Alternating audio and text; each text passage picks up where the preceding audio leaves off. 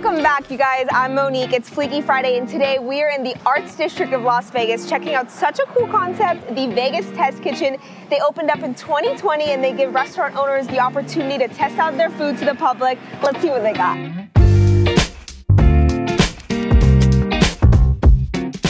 What's up, you guys? I'm Monique, and we are with Jolene, the founder and curator of Vegas Test Kitchen. We are outside of Vegas Test Kitchen. Tell me all about the venue. What is it? So the Vegas Test Kitchen's a multi-concept restaurant, right? It was set up to be a commissary kitchen / restaurant, basically an incubator for chefs. Allows them the ability to come in with not too much overhead, test concepts, and figure out if they want to open a restaurant or not. And where did the idea spark from? Well, the idea came from the pandemic, honestly. So many chefs were out of work and really following their true passions. And a lot of these chefs were slinging food from Instagram. And at the point, at that time, they didn't know if they were going to go back to work or if they needed to do something for themselves. And so it was the perfect time to start something like this, right? So from that, this space had been vacant for roughly two and a half years. And so I was like, great, let me take it over. Let's do a pop-up for a year. I'll bring in all these different chefs, some cool concepts, and at the end of the year, I'm sure someone will want to keep this restaurant, right? Which then blossomed into signing a lease and having more than 50 chefs come through over over a year and a half now. Wow, who was the first one to occupy the space? So I had 7 to start. So we started with Yukon Pizza, who I think you talked to today, who are getting their own brick and mortar. They're amazing. We started with Poppin' Pies, who's also, we're gonna talk about in a second. Andrea's phenomenal. She was a pastry chef at Latte. We started with Bodega Bagel, and if you watch the news, you're gonna start seeing a Bodega Bagel, I believe, in Henderson this year. Banishka, which was Nina Forte's concept. I don't know, there's a few more I can't, but just, I love that. Yeah, and it was just awesome. It was awesome to have everyone in this space together, working together as a family, and literally just helping each other out. So, and the food was amazing. And what concepts are at Vegas Test Kitchen right now? So right now, so Yukon is still here for a little while, so make sure you come by, and obviously they're moving to the Huntridge. Poppin' Pies is still with us. I never want to see her leave. We have Down to Earth, which is Chef Parker, which is a plant-based concept, and his food is amazing. Literally everything that he does, his sandwiches, his pizzas, his wraps, everything wonderful. Fido's is also a vegan concept, Fido's Vegan Eats, which they specialize in hot dogs. And let's see, we'll have This Mama's House coming back. We'll have Stay Tuned Burgers that are on the way. So there's a few things. So some people are here all the time. Some come in for a month. Some come in for a night for a pop-up. So I just tell people to go to the website, VegasTestKitchen.com, look at this week and look at the events because there's literally so much happening. And it's the perfect location. You have Ferguson's downtown right near the door. Go shopping, hang out, get some drinks with us, get some drinks with them. Get some drinks with Jolene, it's right? the whole thing. I love it. And then we have a blueberry pie from Poppin' Pies here. So I'm so excited to try this. Yeah, so Andrea, same thing. She was selling her pies online and the word got out really fast. And literally everything that she makes is absolutely delicious. People definitely come back regularly to get her pies. She always sells them by the slice, but she can make just about anything. So if you want a custom pie, you can order it. Oh, I love anything custom, so that's great for me. Let's try this with blueberry.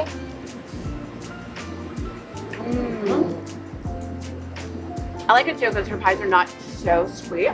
Wow, they're really good. The crumble, the crust, excellent. The crumble is my favorite part. And she does this peanut butter chocolate pie that's like a peanut butter mousse, which literally you will eat in 5 seconds. Wait, that is so good. I know, it's really good. And the blueberries are so fresh. Blueberries are great. This is amazing.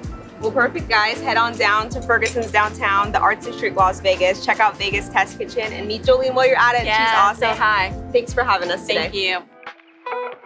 We're with Chef Alex, the creator of Yukon Pizza. Thank you for having us today. Absolutely, thanks for being here. So he's gonna teach us how to make a margarita, right? Yep. Perfect, so what is the first step? So for us, we gotta get the dough out of the tray. So we're gonna go into our dough tray here. And let's flip around fast.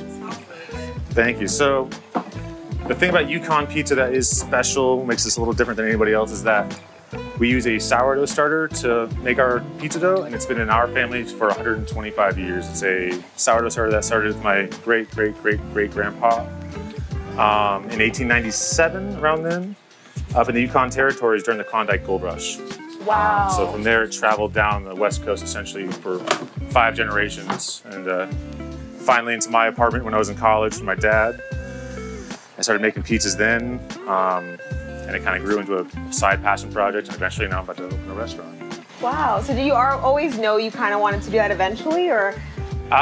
No, it definitely didn't start out like with the idea that I was going to be making like a pizzeria happen in my life. It definitely was going to be like, I like making pizzas at home for my friends and family. It was always about feeding people. It was always about taking care of someone else. Yeah. So next we got our dough ball out.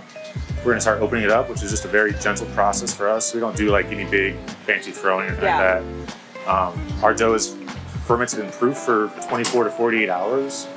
So it allows it a slow time for the sourdough to build up like a really nice flavor and gluten structure inside the dough. Wow. So you see how fast that kind of opens up? Wow. Make it roughly a 14-inch pie.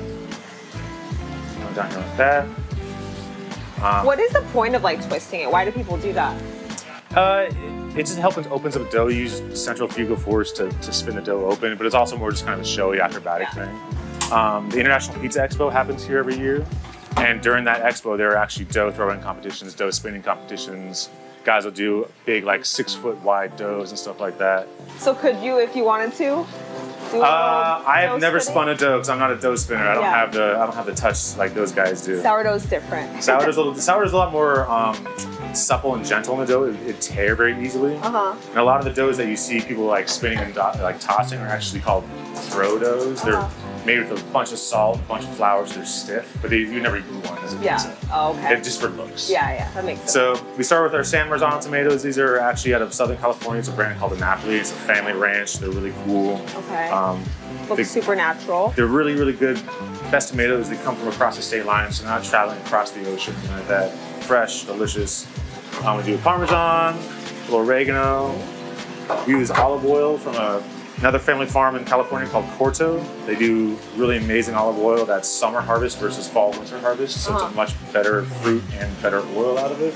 Really good stuff. So you source only local ingredients? We try to source as local as we can. So this basil, in fact, is actually from a local farm here outside of Vegas in Moapa. Okay. It's a family called the Popes, and they are our new produce providers. So they grow our kale, our basil, our microgreens, all the things that we use on our pizzas. They grow out the farm about 50 miles out of town.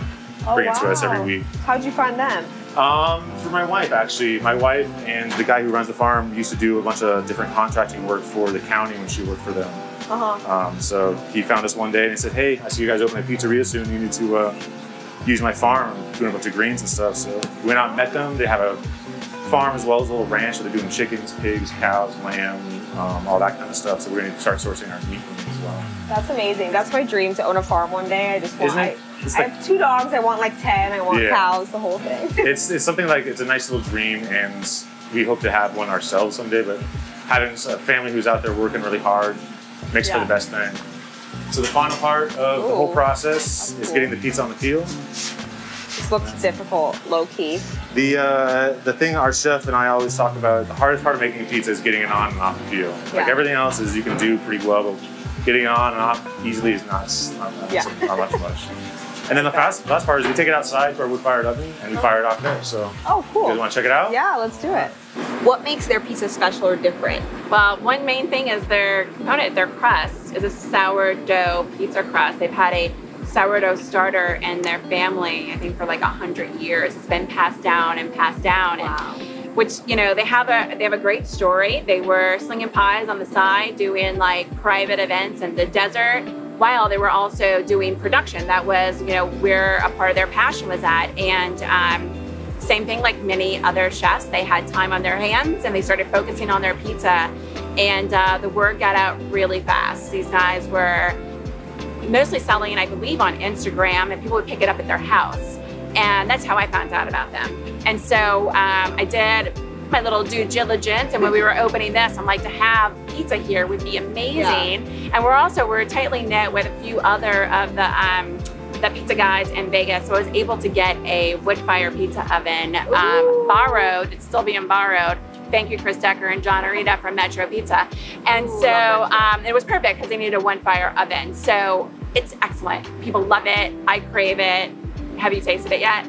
I tasted a little bit last time, but I haven't tasted all the different pies. Yeah, so it's great. They're doing a really good job. And I'm excited to see, like, as they move into the brick and mortar and they have more space, they're now testing out new dishes and new styles of pizza. So they're bringing like a Detroit on the menu and things like that. Wow. So yeah.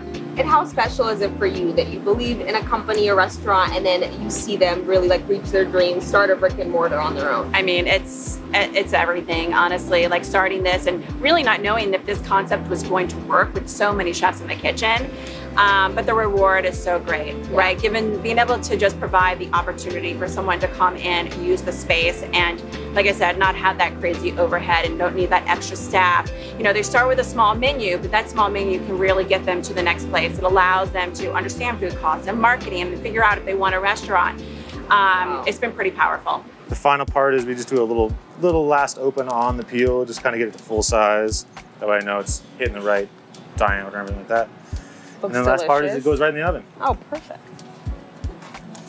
So these are about 90 seconds to 2 minutes total for our bake time. Oh, okay. When I first started doing this, we were doing kind of like a Neapolitan style pizza, which is super high heat, super fast bake. Okay. But it's a very different style of dough. Okay. As we kind of developed and worked into what we were feeling more comfortable with, we kind of developed a Neapolitan style or New York style. Really, there's a lot of blends of what it could be. Yeah. It's definitely not as high temperature as the Neapolitan styles are. Yeah. But it's still pretty hot and it's still pretty fast. But it makes for a definitely unique style of pizza. It's not the Yukon style. The Yukon style is what we call it. Yeah.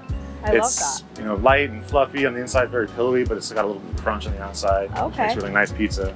What does this tattoo mean? I know that's so random, but it's cool. So which one? That one. This right here? Uh-huh. So this is a dagger through a strawberry. I got this when I was in, I don't know when I got that one, but it's for a favorite film of mine, actually, that kind of set me on the path of doing what makes you happy. Yeah, okay. There's a Swedish film called Wild Strawberries.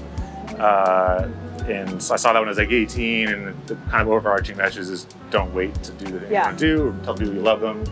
And kind of been holding that for a long time of like, you gotta go for what makes you happy. There's not a lot else that's worth it right now, so. You really live that truth, because we were just talking about it. He used to be a Steadicam operator. That's right. So tell me about that little journey and how you got here. So my brother, who's also one of the owners and co-founders of the company, he's older than me, and he went down to UNLV actually for film school, and I followed him essentially. When I got out of high school, I didn't know quite what I wanted to do. I definitely was not a mathematician or a scientist. I don't know how to do numbers, but I was really good with pictures and visual stuff. So photography and filmmaking really became kind of a natural fit. So I followed him to school. I went to film school at UNLV, and then I graduated and I met a local Steadicam guy and started working with him, and I spent 10 years running around the country and the world doing TV shows, movies, documentaries. What was the coolest TV show you did? Or your favorite, maybe not the coolest. I mean, some of my favorite things are stuff that actually never made it to air. I did a documentary in Alaska where we did a bear hunt in the middle of nowhere. That was a pretty wild adventure where it was like out in the remote Alaskan bush for 2 months or 2 weeks by ourselves. Oh my God. So this is our Margarita Pizza. That looks and smells absolutely delicious. The fact that the cheese is burnt like that makes me so happy. It's the best way to go. Drop it off here. The Yukon style pizza. Wow. That's it. Nice and simple. Very good. So Margarita Pizza, it's done. It's the classic margarita. This is the one we always make and the one I always try at every pizza restaurant I go to. It's like, if they can make a good margarita, they probably have a good pizza. But it's the one that I made for years and years, and the only kind of pizza I made for years and years, because I was like trying to pursue that perfection of like, if I can get this pizza right, I can go from there. And it took a long time before I was satisfied, but you definitely make a great pie now. It's funny because I kind of have the same mentality. I'm super picky, so the way I know if a place is good is if they can make like a really simple grilled cheese or something like with no ingredients, because I'm like, if they can do that well, they can do everything well. It's the simple things that are easiest to mess up. Yeah, no, it's true. Just keep it simple. Well, is there like a correct way to eat the pizza? It's the only way to eat pizza is the way you like to eat it. So, you know, oh my God, our pie is softer, more Neapolitan style pie, so you definitely want to do a little fold on it. Okay. But you can see, instead of like a regular, a Neapolitan pie would definitely have a lot more flop to it. We were kind of halfway between a Neapolitan and a New York, so we got a little stiffness to the dough, but not like super crispy. Yeah. But bon appetit. Bon appetit.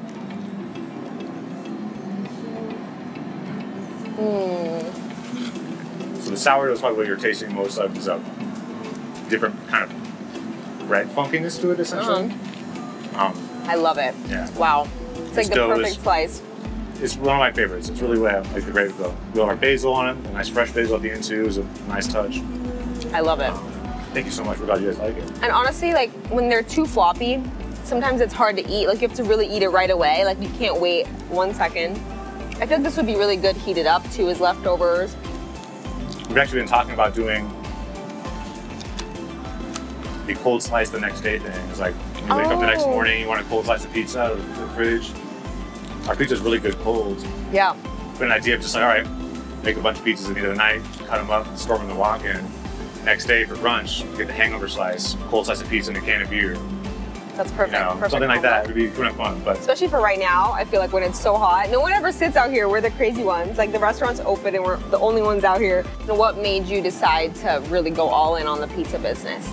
So for us, the pizzeria kind of came about as a, it'd been a long time for me and my brother talking about the idea of opening a pizzeria at some point. It's like, you know, what if and how do we do it? Maybe someday we'll do a pizzeria. So, you know, he worked in Reno in the film business, I was in Vegas, and then March 2020 happens, and everyone's kind of jobs stopped happening as we all kind of felt for the first, you know, after that rest of that year. Is like everyone was done doing film work, doing production work, doing any work. It was really much the catalyst for my wife and my brother and I to kind of sit down and go, all right, are we really ready to do this, knowing all the risks of trying to open a restaurant, which super volatile business, super risky, even more so than being in the film business. Looked at a lot of different things and kind of made the checklist of like, if we do it the way we want to do it, we can make this happen. Yeah. But we've always been doing it on our own terms as far as the timing and the way we make our decisions for our business has always been on our own kind of time. It's we call it slow boating. Because I've always taken things slow. I don't try to rush any of these decisions. Just because for me, it's like I'm trying to plan for the rest of my life. Yeah. For our new space, we just signed here at the Huntridge Shopping Center. Where is that? So the Huntridge Shopping Center is actually just on the street from us. It's on Charleston in Maryland. Okay. And it's across the street from the famous Huntridge Theater, which is a really historic landmark here in Las Vegas. Wow, I've never even heard of that. That's cool. Oh man, the Huntridge Theater it's been closed for 20 years, but it was the venue that opened and had Frank Sinatra singing at it. And when it closed, it had, you know, like Eminem was playing there. It was a huge venue, very popular, but it got condemned. Now it's being redeveloped and reopened soon in the next couple of years. So we'll be across the street from that awesome venue that opens up. Are you so excited? We're very excited. We can't wait to be next to not only like a great neighborhood that we live in, next to a lot of awesome businesses that we love going to, but next coming up is an awesome like show house and a concert venue. Can't wait. Is it almost surreal that like, you know, 2 years ago you were doing film, or a few years ago, and now you're about to open your own restaurant? It's, if you told, you know, 4 or 5 years ago, Alex, like he would be doing, you know, interviews talking about his pizzeria, it definitely would have been, you know, kind of surprised and laughing. I don't think I ever had this perception that I'd get this far. Yeah. I definitely have dreams, you know. I think I talked early on, maybe 10 years ago with friends and family, like, I want to do a 10-stool wine bar and pizza shop. That's all I wanted to do, was like a big wall of wine and a pizza oven in the back. You get a glass of wine and pizza. That was kind of my idea. And over the years, it percolated and sat and bubbled. And now we're about to open up, which is going to be essentially a 12-stool pizzeria. We have beer and wine. Oh my God, the dreams So the dreams come true. And it's still waking up every day and being like shocked. Yeah. But now they're very real things. The sheetrock is up in space. Our sign is done. Our oven is there. Wow. Things are very real. I can't back out now. I've signed my life away. But it's all worth it. You know, we've been really incredibly lucky the last 2 years being here in Vegas Test Kitchen with Jolene and all the other operators. Allowed, you know, two knuckleheads like me and my brother and my wife. She's not a knucklehead. She's smarter than we all are. But it allowed us to learn, kind of relearn restaurateuring, operations, menu design, building our pizza program. Our fourth partner and owner in the company is Justin Ford. He's our chef. He's actually a trained classical chef. He's been in business for 20 years, doing fine dining in LA and Vegas, making pizzas all over. And he's an incredibly awesome guy who's given a lot of his time and passion and his love for pizza to us. It's translated to the fact that we've got the opportunity to open a brick and mortar spot. We worked with an awesome developer here in town. Wow. Opportunities came at us, and we were really judicial in our decisions on choosing which ones to do, but ultimately led us to the point that we're hopefully maybe 3 months away from opening our new spot. So congratulations, that's huge. Yeah. What advice do you have to anyone who maybe was in your position a few years ago, a little stagnant in their career, and now like have these dreams? Like, do I go for it? That is, as far as advice goes, it's always that's a tricky question. People always ask, like, how do you get into the film industry? How do you get into the pizza making thing? And it's kind of the answer is that everyone finds their own way. There's no wrong answer or right answer. Yeah. So I think the real advice is to, if you're gonna pursue your dream, just don't stop. Yeah. That's the thing that kind of will get you the most, is when you go stagnant. Doesn't matter if it's a long-term or a short-term goal or whatever your dream is. If you work at it a little bit every day, even if it's just like looking on Instagram at some pictures of pizza, that's something. Yeah. And that's not nothing. Yeah, baby steps. Baby steps. And like for us, it took a long time to get to where we are now, making pizzas and talking with you. But it was every day, like doing a little bit of something. Yeah. Driving my family wild as I made pizzas every day, in and out, and trying to research things and figure stuff out. It's all about just persistence and like, just keep doing it. That's And what's your just favorite part about the pizza industry? There's a lot of great things about being in the pizza industry, in the food industry. What I will say is what's great about Las Vegas especially is that we're a really, really special pizza town. I think I've traveled to a lot of different cities in the States and so a lot of pizza places. Vegas is very special in that it's very communal. It's really supportive. It's extremely everyone is there for each other. So when it's a small community. It's a small community, and it's really tight, but it's not antagonistic. It's not competitive. Everyone makes their own style of pizza, and no one is there to try to take someone else's pizza out of their mouth. Essentially, is like we're all here to run a family business. A lot of guys here are family men who are pizza owners who have who want to have just a good local neighborhood shop. And like they really distilled and transmitted that kind of feeling and attitude to me when I met Vincent Bertolo from Good Pie 4 or 5 years ago. He came and found me when I was doing my roadside pop-ups that were just for fun. I haven't tried Good Pie. I've tried Evil Pie. Evil Pie is delicious. So is it the same? It's relatively the same. He was the GM for Evil Pie for a long time. He set up the pizza program there and then left to do Good Pie. Good Pie is a fantastic shop. He's a great guy. He helped me introduce to all the other dudes in town from Metro Pizza and Sourdough and like tons of shops that have all come through. Guys who come and give advice and support and help. So like I'm so grateful for my favorite part about pizza making is the people. I get to feed my friends and family, work alongside my brother and my wife, and then also to share something really special and unique with other people who do that day in and day out for their lives too, who are artists and creative in their own way. People who cook are extremely. It is art. It's art. It's it's a profession that really lends itself to someone who can think outside the box and be creative and on their feet and do different things every day because it's fun, it's unique, and it's interesting. So it's always exciting to open up a pizza dough and see like what can I make with the canvas essentially. Well, I'm sure you're gonna miss Vegas Test a bunch. But you said you guys open in a few weeks? A few months. We're aiming for end of October. Okay, well, if you haven't been here yet, check out Yukon at Vegas Test Kitchen, then in a few months at Huntridge. At the Huntridge Shopping Center. Huntridge Shopping Center, perfect. Chef Alex, everyone, thank you so much again. Thank you so much. Delicious pizza. We will see you next time.